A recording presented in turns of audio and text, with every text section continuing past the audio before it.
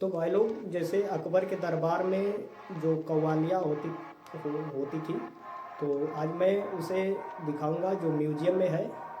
तो आप हमारे इधर सामने देख सकते हैं। ये मुझे पहचान में तो नहीं आ रहे हैं एकदम।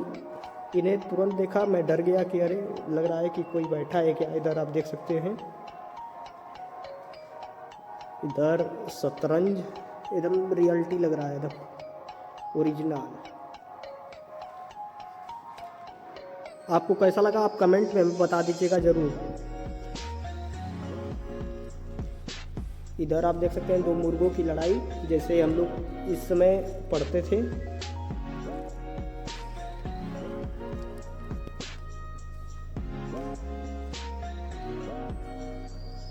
हाँ, इधर आप देख लीजिए।